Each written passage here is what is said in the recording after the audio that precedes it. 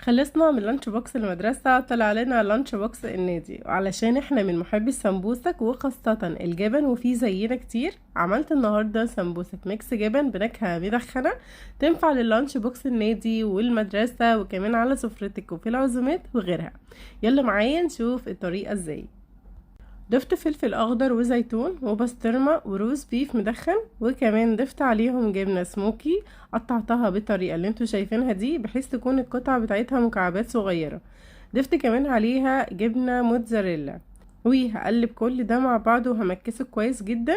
وبعد كده هنبدأ ان احنا نحضر طبق فيه معلقة من الدقيق، وعليها ضفت مية بالتدريج لحد ما يكون القوام بتاعها يعتبر متوسط، مش خفيف قوي ومش تقيل. ودي هتبقى المادة اللي هقفل بيها السمبوسك ببعضها. هبدأ ألف السمبوسك واحشيها بالطريقة المعتادة. لو حابين انزل لكم طريقة لف السمبوسك بطريقة مفصلة اكتر من كده هنزلها لكم في الريلز تاني، بس قولولي في الكومنتات. للعلم برضو لو انتوا مفرزين السمبوسك وحبيتوا تطلعوها علشان تقلوها، وقت ما بتيجوا تطلعوها بتنزلوها في الزيت وهو سخن وهي مجمدة زي ما هي، ما بنستناش ان هي تفك ابدا.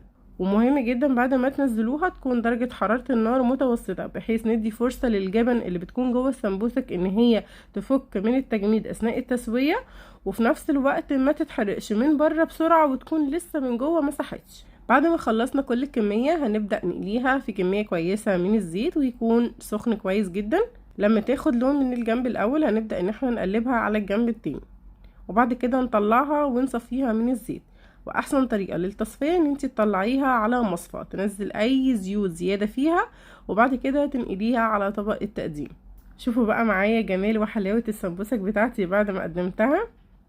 لونها حلو جدا، كمان مقرمشة من بره ومش شاربة زيت ابدا. وده برضو بيرجع لنوع السمبوسك اللي انتم مستخدمينها.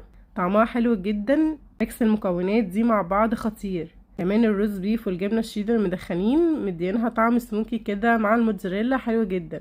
جربوها وتعالوا قولولي رايكم في كومنت. انا ساره هلال، لو الوصفه دي عجبتكم متنسوش تعملوا لي فولو وتسيبوا لي كومنت حلو وتتابعوني وتزوروا الاكونت بتاعي، هتلاقوا فيه وصفات كتير هتعجبكم ان شاء الله. اشوفكم في فيديو جديد ووصفه جديده. باي باي.